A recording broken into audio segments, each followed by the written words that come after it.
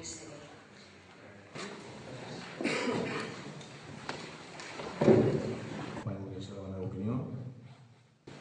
Thank you very much, everybody.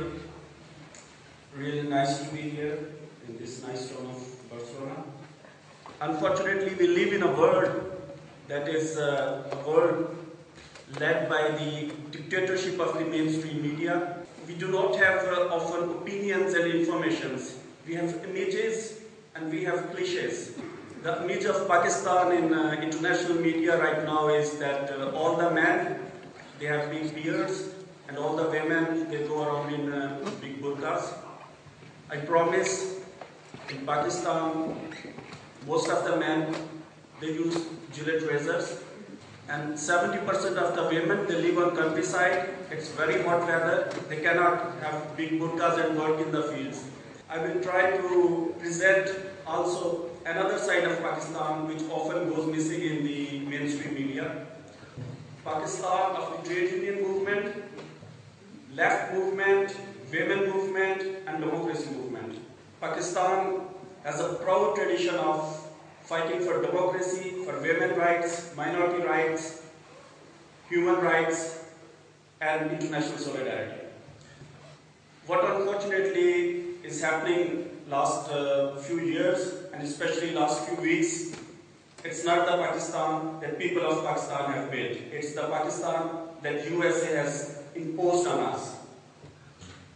It's a Pakistan where, for the first time perhaps, terrorism has really won. For the last 2 weeks, schools have been closed, universities have been closed. People are so afraid to send their children to school. They're so afraid to go out shopping. They're so afraid going out to cafes, to restaurants, to cinema, to theater. Everything is closed. It's been like 2 or 3 weeks now. In the last about 4 years, 6,000 people have been killed in different terrorist acts. 2,000 soldiers have been killed. And if we believe the Pakistan military, which people often don't believe, they have killed perhaps 4,000 Taliban. The American drones have attacked Pakistan 48 times in the last about 4 years. 600 people have been killed in these US attacks. It's a country really on fire. The people of Pakistan, they had democracy, they had another future built for them in 1970s, and then this democracy was given a bloodbath. In 2002, we were told that democracy is now reaching Afghanistan on B-52s and drones and all that, said by Bush. We are not told that until 1973, there were 13 general elections in Afghanistan.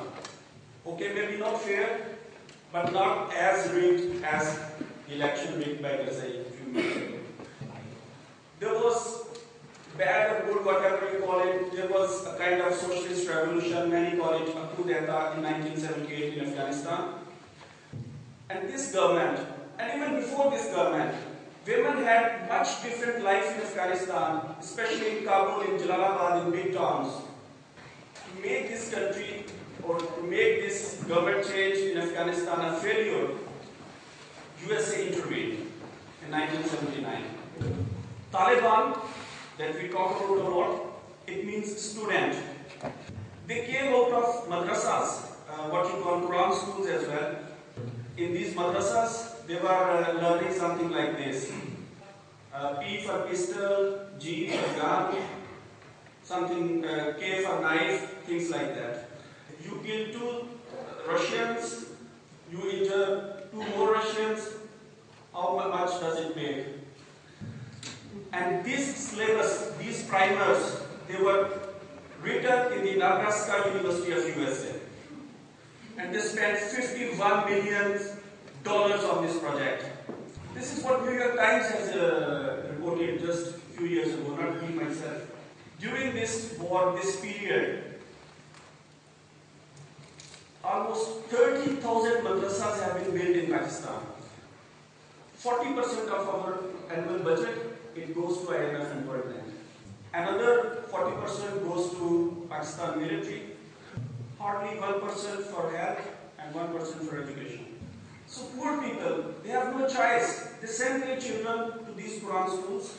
1.5 million children are studying in these 30,000 madrasas, the Quran schools.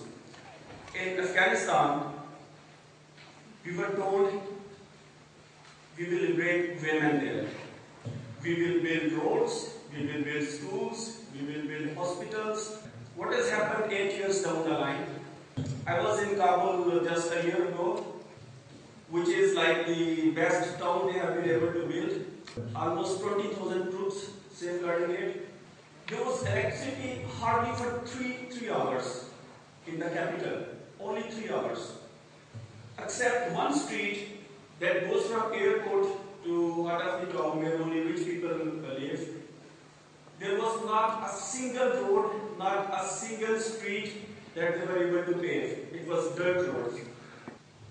There was majority of the women either going in burqa or at least covering their head, and they were so scared on the roads, they were so afraid on the road, and all the time so much harassed on the roads that many girls told me, we wish we had Taliban. No schools, no hospitals, no roads, no jobs, nothing. And Taliban are back at least in 22 provinces out of 34. And they have a president and a government that has to cheat after 8 years, that has to cheat to win an election. And this president is president of only the palace he lives. He has no control even over Kabul. The problem is, when you have an occupation, you have a government that serves the occupation, the empire, the USA, not the people of Afghanistan, Pakistan or Iraq. You cannot have democracy under an occupation. The crisis in Pakistan, in Afghanistan, it demands a local movement for peace and international solidarity against war, an end to US occupation of Afghanistan, Iraq, and escalation of war in Pakistan. It is the US presence in the region, it is the US policies in the region that create instability, that create poverty through IMF and World Bank, through loans, through bribes, through selling of weapons. USA must leave that region. But it will not leave by itself. It will lead another kind of Vietnam days. To beat fundamentalism and to beat imperialism, there are two sides of the same coin for us.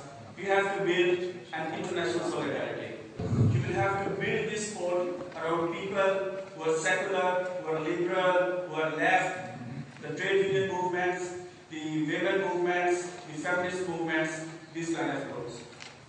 And I think that in majority of these countries, this is possible to do it, we have to do it.